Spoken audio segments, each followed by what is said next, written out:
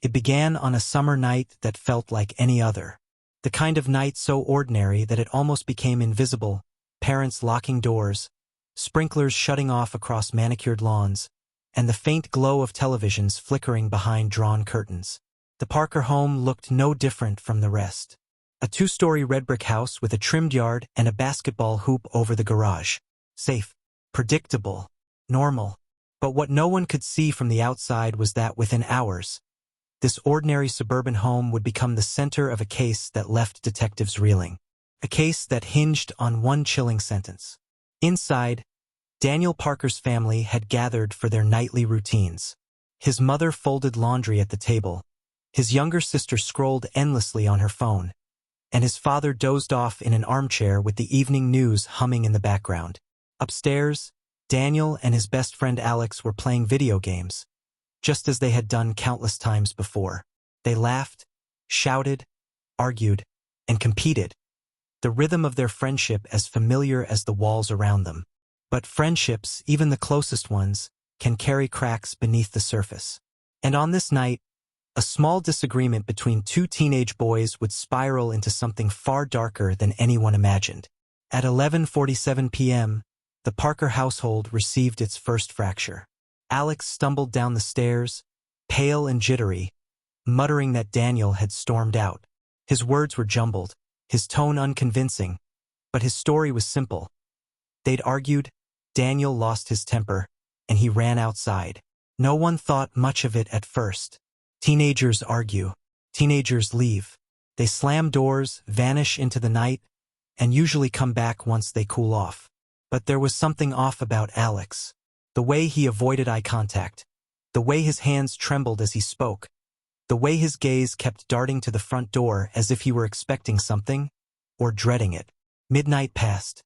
Then 1 a.m. Daniel didn't come back. His phone went straight to voicemail.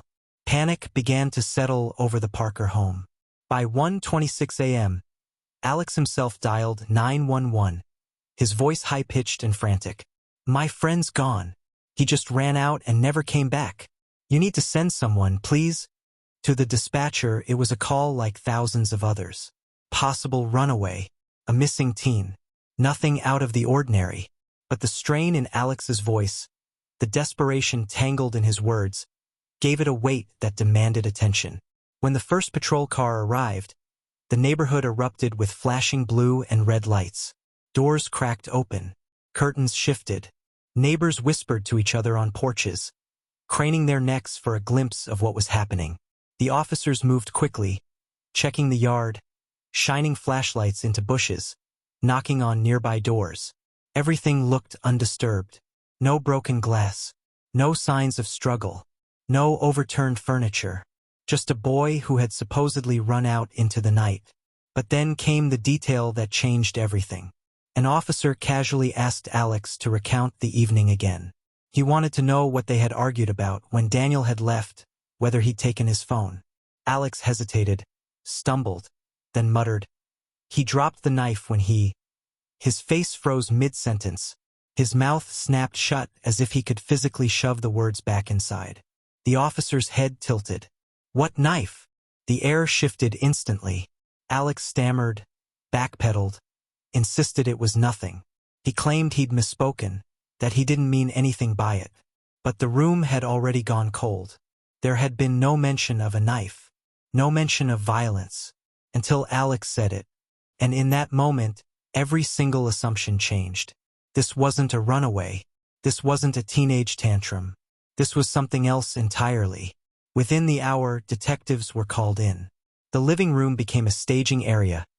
Yellow tape stretched across the doorway, and Daniel's parents were ushered aside while the investigation deepened. Alex, once treated as a worried friend, was suddenly a person of interest. At 3:14 a.m., he was escorted into the back of a patrol car and taken to the station. Not under arrest, not yet, but under the careful, watchful eye of detectives who had already seen enough to know he wasn't telling the full story. And that's where the real battle began. The interrogation room was small, suffocating, painted in dull gray. A single table sat in the center, cluttered with a tape recorder, a few manila folders, and a styrofoam cup of coffee that had long since gone cold. The overhead light buzzed faintly, casting harsh shadows on the walls. On the other side of the glass, unseen but very present, officers and psychologists observed every flicker of movement, every hesitation, every breath. Alex sat slouched in the chair, arms crossed tightly across his chest. He tried to appear calm, even bored, but his leg bounced uncontrollably under the table, betraying the storm inside him. His eyes avoided the detective who entered, a man seasoned by years of interrogations, with a face carved by patience and persistence. The detective didn't start with accusations. He started with silence. He let it stretch, heavy and unbearable, until Alex shifted uncomfortably in his seat. Then, finally, the detective spoke. His tone was calm, steady, almost gentle. "Tell me again, what happened tonight?" Alex repeated the story, word for word, as if rehearsed. They played video games. They argued. Daniel got upset. He left. That was it. Nothing more. The detective nodded, took a sip of his coffee, then leaned forward. His voice dropped to a near whisper. "You mentioned a knife." Alex froze. His lips parted, then closed again. He tried to laugh it off, to dismiss it as a slip of the tongue. But the detective didn't laugh. He didn't look away. His gaze was unrelenting, boring into Alex like he could see every lie crawling just beneath his skin. "You know something you're not telling me?" the detective said softly. "And that one sentence? That one slip? It tells me more than you think." The room went still. The boy who thought he was smarter than everyone else suddenly looked very, very small. And it was only the beginning of a confession that would unravel everything. The silence after the detective's words was unbearable. Alex shifted in his seat, his sneakers squeaking faintly against the tiled floor. He forced a shrug, tried to roll his eyes, tried to mask the panic rising in his chest with an attitude of teenage indifference. "I told you," he muttered, his voice cracking despite his effort to sound casual. "Daniel left. That's it. You're making it sound like I said something I didn't." The detective didn't respond right away. He leaned back in his chair, folding his hands loosely in his lap, and simply studied the boy in front of him. Years of experience had taught him one universal truth. Silence is the loudest weapon in the room. Finally, he spoke, his tone calm, almost conversational. "Funny thing, Alex, people don't just slip up about details like knives. They slip up about the weather, about what day it is, about what they had for dinner. But knives? That's not the kind of detail you invent." Alex swallowed hard, his Adam's apple bobbing in his throat. He tried to mask it by shifting in his seat, adjusting his arms, exhaling loudly. "I was nervous, okay? Everyone's looking at me like I did something. I didn't. You guys are twisting my words." The detective's lips twitched into a faint smile, not of amusement, but of recognition. He'd seen this exact dance before. The defensive walls, the feigned bravado, the cracks that always formed when a suspect realized he wasn't as clever as he believed. "Alex," the detective said gently, "you remind me of a lot of kids I've met in this room. Smart, quick, think they're one step ahead. But here's the problem. When you're trying too hard to look innocent, you end up looking guilty." The boy's eyes darted toward the observation glass, as if he could see the figures behind it. He imagined them whispering about him, labeling him, deciding his fate in real time. His palms grew clammy. "Look," Alex snapped suddenly, his voice sharp, almost too loud. "We argued. So what? Friends argue." He stormed out. "That doesn't make me a killer." The detective leaned forward slowly, elbows resting on the table. His voice dropped low, steady, like a predator circling its prey. "You're right. Arguing doesn't make you a killer. But knowing about the knife? That's different. So I'll ask you one more time. What knife?" For a moment, Alex said nothing. The hum of the overhead light filled the silence, the tape recorder's wheels clicking faintly as it spun. Then, almost imperceptibly, his lips parted. He had it," Alex whispered. The detective's brow furrowed. "Daniel." Alex nodded quickly, too quickly, latching onto the lie as if it could save him. Yeah, he brought it. He was mad. Okay? He was the one waving it around. But the detective didn't buy it. His voice hardened. Alex, we checked the Parker's house. No sign of Daniel bringing anything out of his room. No one saw him leave with a knife. And yet here you are, the only one mentioning it. You want to explain that to me? Alex's facade faltered. His breathing grew shallow, ragged, like a runner hitting a wall. His eyes watered, not from guilt. Not yet. But from the crushing realization that the game he thought he was playing was already lost. The detective let the silence drag again, then delivered the blow with surgical precision. Here's the truth, Alex. We know more than you think. We know Daniel never made it out of that house alive. The color drained from Alex's face. His jaw slackened, his mouth opening slightly as if to protest, but no sound came out. The detective watched him carefully, noting every twitch, every flicker of fear that crossed his features.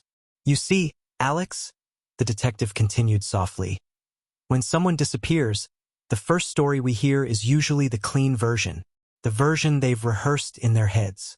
But it only takes one sentence, one slip, to unravel everything. And you've already given me yours. Alex shook his head violently, pressing his palms against his eyes. No, you don't get it. He pushed me. He was yelling in my face, and I didn't mean. He stopped abruptly, realizing too late what had just slipped from his lips. The detective's voice was calm, almost soothing. Didn't mean what, Alex? The boy's chest heaved. His fingers trembled against the edge of the table. For the first time, his mask had cracked beyond repair. And the detective knew he was close. The truth, buried under layers of arrogance and panic, was clawing its way out. All it would take was one more push. Alex's breaths came shallow now, almost ragged. His eyes darted from the detective to the recorder on the table, as if realizing for the first time that every word, every slip, was being captured forever. His knuckles whitened as he gripped the edge of the chair.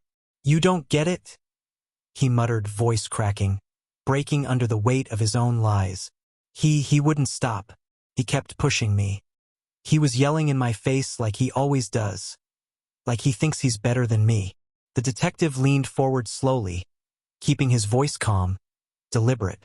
So you're telling me there was a fight? That things got out of hand. Alex's head snapped up. His eyes widened, panic flashing through them. He'd said too much and he knew it. He tried to backpedal. No, I mean, yeah, but not like that. You're twisting my words. But the detective didn't flinch. He didn't raise his voice. He knew the boy's collapse was happening in real time, and the last thing he wanted was to scare him back into silence. Instead, he lowered his tone, steady, almost sympathetic. Alex, accidents happen. Tempers flare. Nobody walks into a fight planning for it to end like this. But what matters is telling the truth now. Alex's hands shook violently, and his voice dropped to a whisper. He called me nothing, over and over. Said I'd never be good at anything. That I'd always be just a loser. The words hung in the air, sharp and heavy, each one cutting deeper than the last. The detective said nothing. He let the silence wrap around Alex like a noose. I just wanted him to shut up, Alex continued, tears streaking down his cheeks.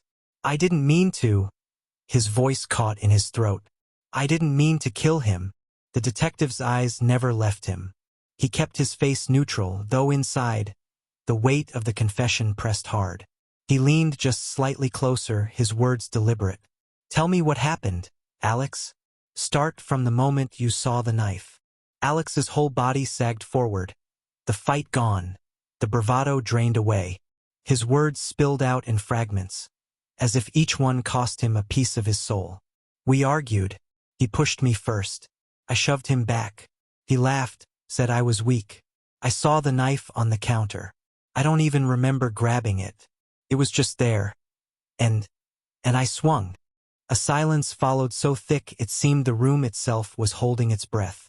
The detective didn't interrupt. He didn't need to. The truth was pouring out like blood from a wound that had finally split open. "I thought he'd get up," Alex whispered. "But he didn't. He just stayed down.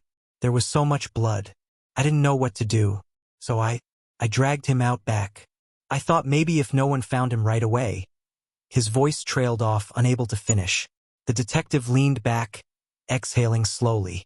His job in that moment wasn't triumph. It was restraint. A boy, just 16, had confessed to killing his best friend. Justice demanded truth, but the tragedy of it sat heavy in the air. "You understand what you've just told me, Alex?" the detective said softly. Alex nodded, shoulders shaking. "I know," he whispered. "I know I ruined everything." The tape recorder clicked faintly in the silence that followed. The confession was sealed. The boy who thought he could outsmart everyone had been undone by his own words.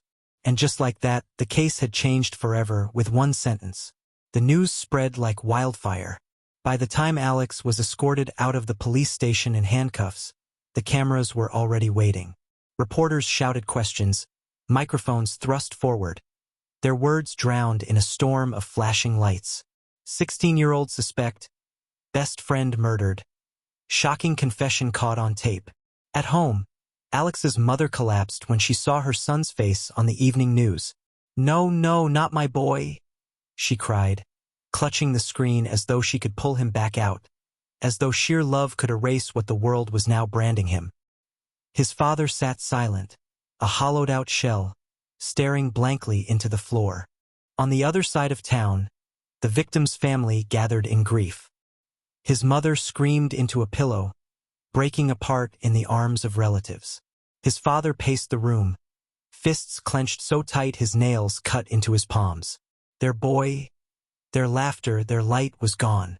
And the killer wasn't a stranger in the shadows. It was the boy they had welcomed into their home, fed at their table, trusted as their son's brother in all but name. The town itself seemed to buckle under the weight of the story. Teachers at the high school whispered in disbelief, unable to comprehend how two boys who sat side by side in class had now been split apart forever. One dead, the other branded a murderer. Students scrolled through their phones in shock, replaying the headlines over and over. Rumors spread in hallways like poison. They were fighting over a girl. "He always had a temper. I heard he planned it." Everyone had a theory, and none of it could change the truth. Inside the station, the detective sat quietly with the tape in hand. It wasn't satisfaction that filled him, but a dull ache. He had seen killers before, hardened men, cold, remorseless. But this was a boy whose arrogance, anger, and one moment of violence had carved a canyon that no one could cross.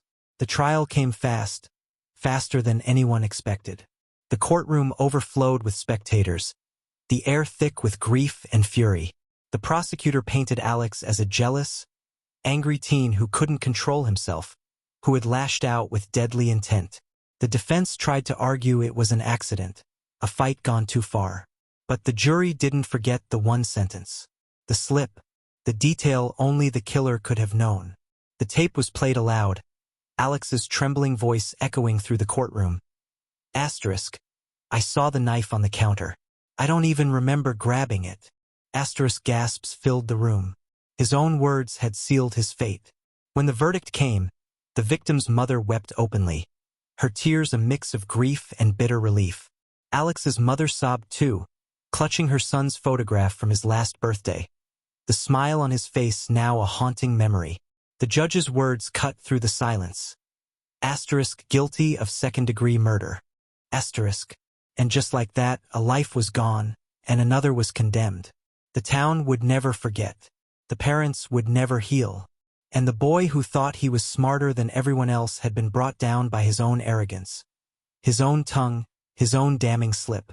When the cell door clanged shut behind Alex, the sound echoed like the final chapter of a story no one wanted to read. 16 years old, now facing decades defined by concrete walls and iron bars. The boy who once dreamed of escaping his small town, of doing something bigger with his life, had locked himself into a fate he could never undo. Nights in prison were long. The adrenaline that once made him feel invincible had drained away, replaced by a gnawing silence. The faces of those he loved, his mother, his father, and above all his best friend, came back to him in fragments. The laughter they shared, the secrets whispered at night, the plans for the future. Gone, shattered because of one argument and one reckless act. Outside those walls, life staggered forward. The victim's family carried grief like a permanent scar, their lives divided into two eras, before and after. Birthdays that should have been celebrated became memorials. The sound of laughter in their home had been replaced by the quiet weight of absence. For the detective, the case ended on paper but not in spirit. He often replayed the interrogation in his mind. The boy's cocky smirk, the arrogance, and then that single slip that cracked the mask wide open. He knew justice had been served, but there was no satisfaction in it. Only the reminder that every crime leaves behind two tragedies: the victim's life stolen and the perpetrator's life wasted.